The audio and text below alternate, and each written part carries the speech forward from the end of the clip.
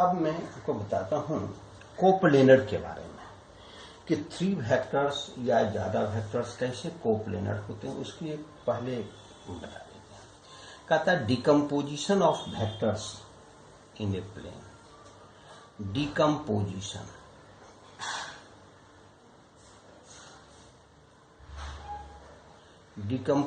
Of vectors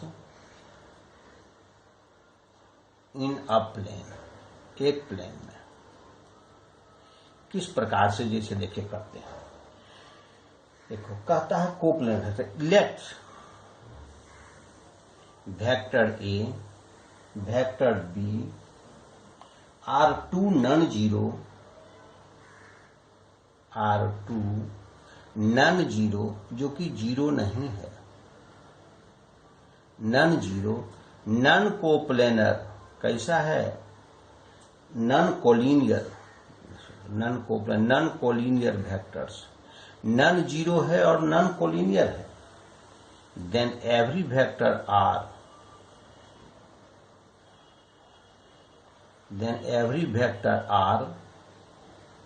coplanar with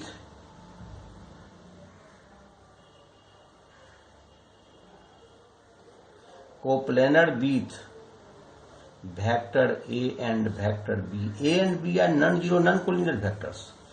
are कोई vectors है जो कि ए और बी के साथ क्या है, कोप्लेनर है ना। A and b are two non zero non collinear vectors, then every vector are which is coplanar with vector A and B can be expressed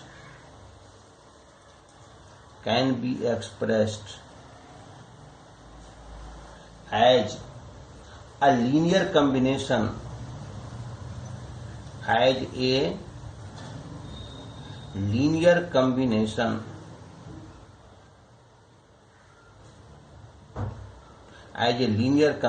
यानी x vector A plus y vector B of vector A and vector B। x and y are scalars. वह क्या होता है, scalars. x and y are scalars. अब इसको देखो proof कीजिए किस प्रकार से काम करते हैं। यहां से देखिए, मान लेते हैं सपोज दैट कि ओ ए से, चलिए वेक्टर ए को रिप्रेजेंटेशन होता है, किससे, वेक्टर ए का रिप्रेजेंटेशन होता है। अब वेक्टर बी से, ओ बी से चलिए वेक्टर बी का रिप्रेजेंटेशन होता है। दोनों वेक्टर्स आपस में क्या है, नॉन कोलिनियर है, नॉन जीरो है।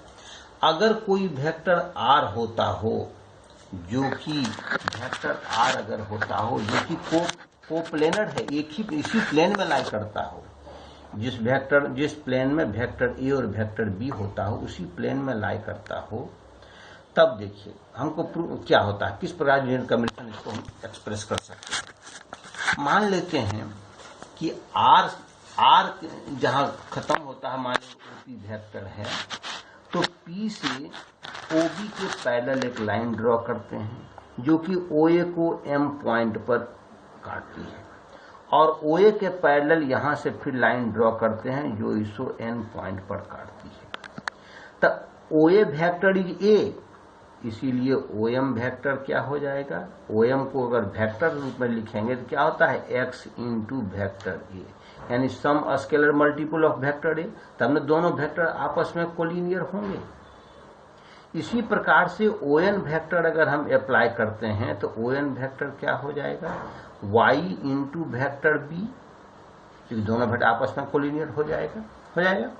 अब चलते हैं पैरेललोग्राम में, चलते हैं। जब ये वेक्टर आपके पास मालूम है, ये वेक्टर मालूम है, इसके पैरेलल जब पीएम वेक्टर है तो आप क्या लिख सकते हैं, है ना, OM vector OM plus vector MP is equal to vector OP का। देखिए ओएम वेक्टर क्या आपके पास आ जाएगा, x vector a plus y, MP का मतलब क्या हो गया, ओएन, यानी y vector b is equal to OP यानी वेक्टर आर। देखो आर वेक्टर क्या, दोनों वेक्टर के लिए this is called linear combination, यहां से बता सकते हैं इसको, यानी दिस इज। बात समझ गए इस बात को, क्या इसमें होता है, यानी किसी वेक्टर को आप लीनियर कॉम्बिनेशन के, अगर कोप्लेनर वेक्टर्स है तो इसको लीनियर कॉम्बिनेशन के रूप में आप एक्सप्रेस कर सकते हैं, यानी इसी अवस्था में तीन वेक्टर आपस में क्या हो जाएंगे, कोप्लेनर हो जाएंगे। इसके लिए एक थ्योरम देखिए, जैसे लीनियर कॉम्बिनेशन में थ्योरम था उसी प्रकार से यहां भी एक थ्योरम है। थ्योरम कहता है क्या है, if vector a, vector b, vector c are three non zero, are तीन नॉन जीरो नॉन कोप्लेनर, देखो नॉन कोप्लेनर जो कि आपस में कोप्लेनर नहीं होता हो, एक प्लेन में नहीं होता हो, x y z are scalar, x y z are scalar, क्या होता हो, स्केलर, सच दैट, इस प्रकार होता हो, such that x vector a plus y vector b plus z vector c is equal to zero. अगर यह जीरो हो जाए देन एक्स का वैल्यू भी जीरो, वाई का वैल्यू भी जीरो और जेड का वैल्यू भी जीरो होगा।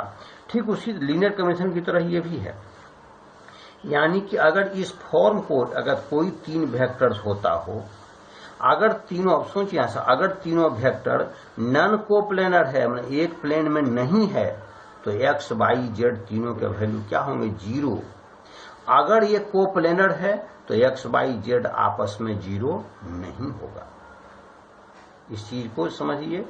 ठीक उसी तरह से लीनियर कॉम्बिनेशन में मैं आपको पहले बता चुका हूं कि एक्स वाई जेड, अगर लीनियर कॉम्बिनेशन यहां बना रहा है, लीनियर कॉम्बिनेशन में एक्स वाई जेड अगर जीरो हो गया तो यह क्या हो गया, तीनों वेक्टर आपस में नॉन कोप्लेनर हो गया। अगर एक्स वाई जेड आपस में जीरो नहीं है तो ये तीनों वेक्टर्स आपस में क्या होंगे, कोप्लेनर होंगे। बात समझ गए ना इस चीज को, यानी कि नॉन कोप्लेनर और कोप्लेनरिटी, बात समझ गए इस चीज को। इस चीज को यहां से ही काम रखिए। इसके बाद अब हम चलते हैं, है ना, किसी वेक्टर्स को आप यहां से अब ऑर्थोगोनल सिस्टम में भी आप काम कर सकते हैं। ऑर्थोगोनल सिस्टम में जहां की आप पढ़ चुके हैं पहले भी, है ना, कि मतलब किस प्रकार से उसको हम एक्सप्रेस करते हैं। ऑर्थोगोनल सिस्टम में आई जे के, ऑर्थोगोनल सिस्टम मतलब आई जे के फॉर्म में, है ना। आप देखिए ऑर्थोगोनल सिस्टम क्या होता है, orthogonal system, orthogonal system, orthogonal system में किस प्रकार से आप काम करते हैं, सो यहां से देखिए। जैसे देखिए आपका ये वाई एक्सिस, ये आपका एक्स एक्सिस हो गया, ये वाई एक्सिस हो गया, और ये मान लेते हैं आपका क्या है, जेड एक्सिस है, ये हो गया। अब देखिए यहां से अगर आप एक बना देते हैं, इस प्रकार से बनाइए,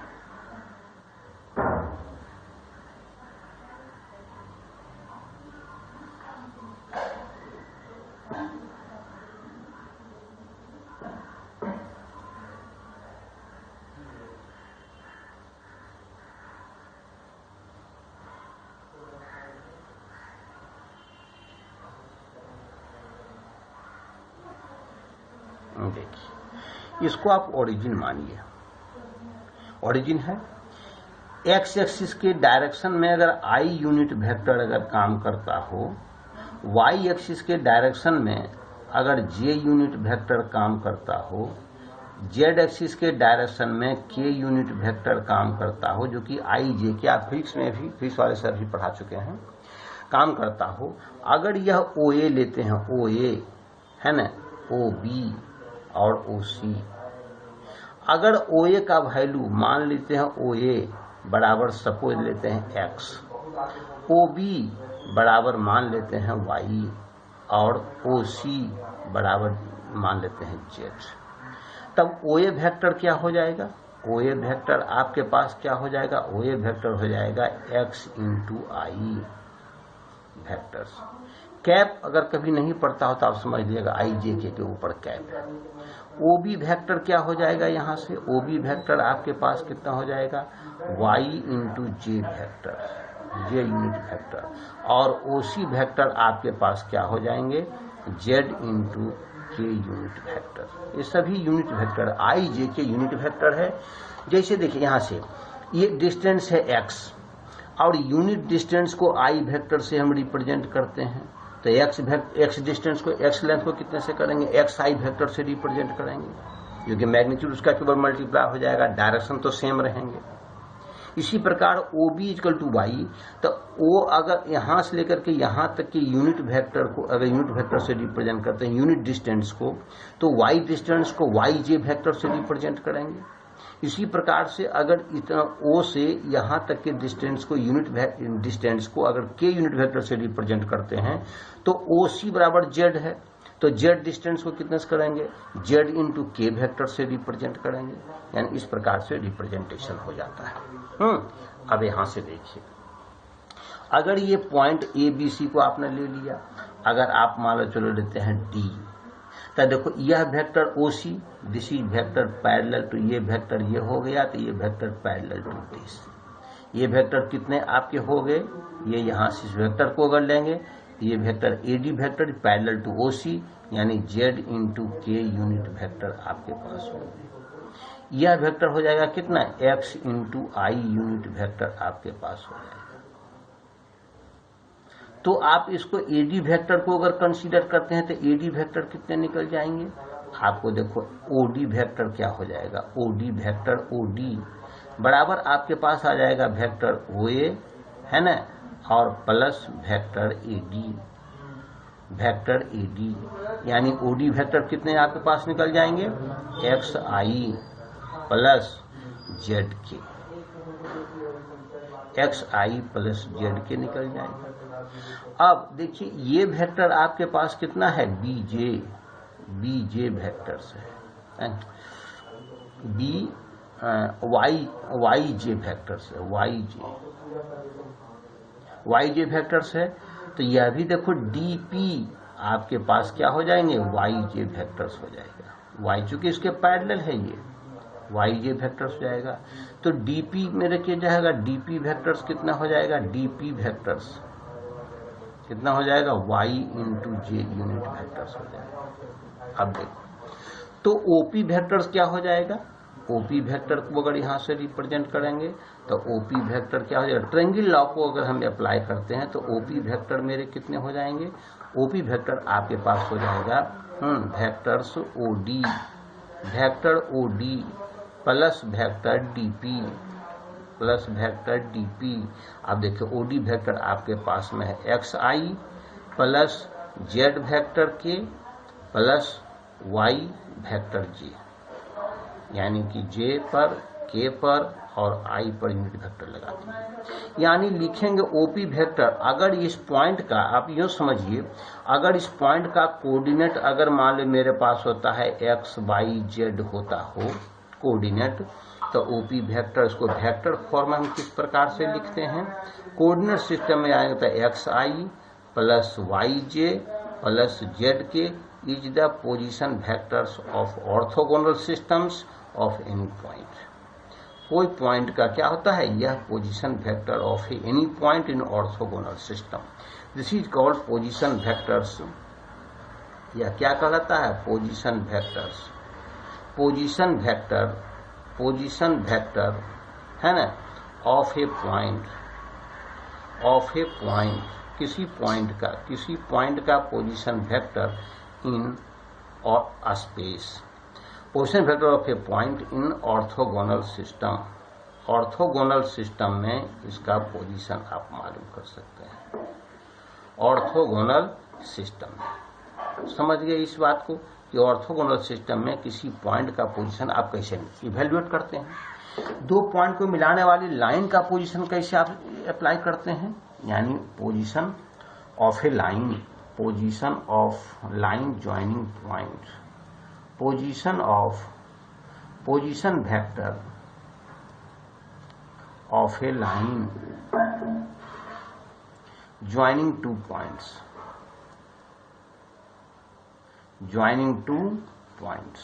दो पॉइंट को ज्वाइंट करते हैं तब मान लेते हैं ये पॉइंट सपोज दैट P है, ये पॉइंट मान लिया जाए सपोज दैट x1 y1 और z1 है। दूसरा पॉइंट मान लेते हैं Q है, मान लेते हैं x2 y2 z2 है। अगर कोई पॉइंट यहाँ पर O है, ओरिजिन के रेस्पेक्ट में इसका कोऑर्डिनेट रहेगा, यह ओरिजिन के रेस्पेक्ट में होगा, यह भी ओरिजिन के रेस्पेक्ट में होगा। हमको सपोज दैट मान ले जाए PQ वेक्टर हमको मालूम करना है, PQ वेक्टर। तो चूंकि OP वेक्टर आपके पास, OP वेक्टर कितने हो जाएंगे, OP वेक्टर आपके पास हो जाएगा x1i प्लस y1j और प्लस z1k। उसकी तरह से OQ वेक्टर आपके पास कितने हो जाएंगे, OQ वेक्टर आपके पास है कितना x2i प्लस y2j और प्लस z2k आपके पास हो जाएगा। आपको निकालने हैं क्या PQ वेक्टर्स, क्या मालूम करना है, PQ वेक्टर्स निकालना है। तो क्या करते हैं, position vector of Q minus position vector of P, position vector of P। तो यहां से अगर निकालेंगे तो क्या लिखेंगे, Q का पोजीशन वेक्टर है क्या x2i plus y2j plus z2k minus यहां से कर देंगे, मेरे पास वैल्यू कितने हो जाएंगे है ना, x1i plus y1j plus z1k। अब देखो i j के ऊपर कहीं हम कैप नहीं डाल रहे हैं, आप अपने से अगर कहीं नहीं होगा तो आप समझ लीजिएगा यह क्या है, यूनिट i j के यूनिट वेक्टर है, यह ध्यान रखेंगे थोड़ी सी।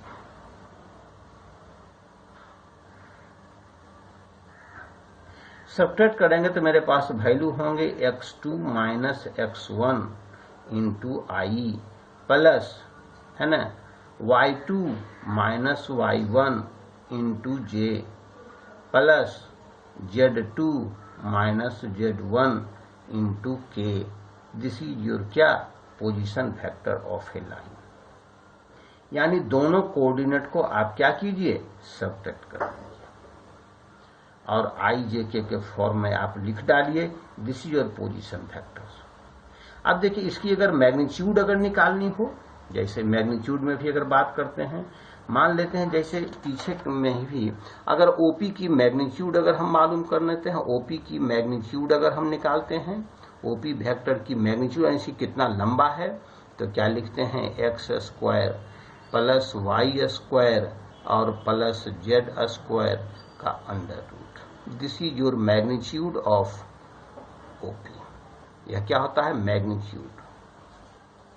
मैग्नीट्यूड किसी वेक्टर की मैग्नीट्यूड कैसे मालूम करते हैं, जो कि ऑर्थोगोनल सिस्टम में अप्लाइड होता है। मैग्नीट्यूड ऑफ वेक्टर ओपी, समझ गए इस बात को। इसी तरह से यहां से हम आएंगे magnitude of p q, magnitude of p q, magnitude of p q. P q की मैग्नीट्यूड कितनी होती है, तो क्या लिखेंगे x2 minus x1 whole square plus y2 minus y1 whole square plus z2 minus z1 whole square. यानी PQ vector यानी PQ का लेंथ कितना है, आप इसको है ना ये क्या करते हैं, कोऑर्डिनेट ज्योमेट्री के माध्यम से भी आप PQ का डिस्टेंस क्या होता है उस चीज को भी अप्लाई करके उसका डिस्टेंस निकाल लेना है PQ। यानी PQ का जो डिस्टेंस होगा वही उसकी मैग्नीट्यूड होगी। यानी इस तरह से आप उसकी मैग्नीट्यूड को इवेल्युएट कर सकते हैं। आप इस बात देखिए। इसके बाद आपके पास होते हैं एक चीज है जिसका नाम है डायरेक्शन कोसाइन, जिसको हम लोग क्या बोलते हैं, डायरेक्शन कोसाइन बोलते हैं। डायरेक्शन कोसाइन, कोसाइन देखिए डायरेक्शन कोसाइन किसे कहते हैं, सो यहां से देखिए इसको डिसीज कहते हैं, डी और सी एपोस्ट्रोफ एस, डिसीज भी कहते हैं डायरेक्शन कोसाइंस। देखिए अगर कोई पॉइंट क्या कहता है, कोई पॉइंट पहले कोऑर्डिनेट सिस्टम तैयार कीजिए, देखिए this is your coordinate system, coordinate system, यह जेड एक्सिस, यह मान लेते हैं एक्स एक्सिस, यह है वाई एक्सिस। कहता है ये पी पॉइंट है, यह ओरिजिन है। कहता कोई लाइन, जैसे ये लाइन एक्स एक्सिस के साथ जितना एंगल फॉर्म करती है, वाई एक्सिस के साथ जितना एंगल फॉर्म करती है, जेड एक्सिस के साथ जितना एंगल फॉर्म करती है, इस एंगल के कोसाइन को इस ओपी लाइन का डायरेक्शन कोसाइन कहते हैं। तो आप समझ रहे हैं ना? यानी लिखिए, कहते हैं क्या, if A vector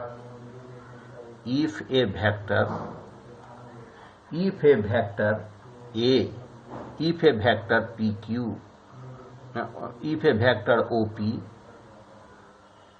a vector OP makes an angle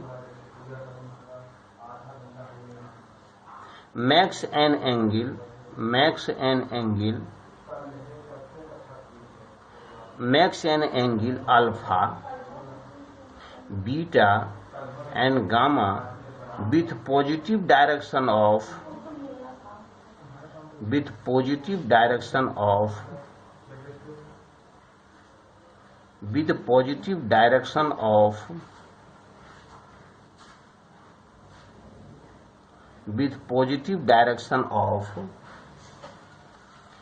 access, axes मतलब एक्स वाई जेड एक्सिस से, देन इसके कॉस अल्फा को cos alpha, cos beta, cos gamma are called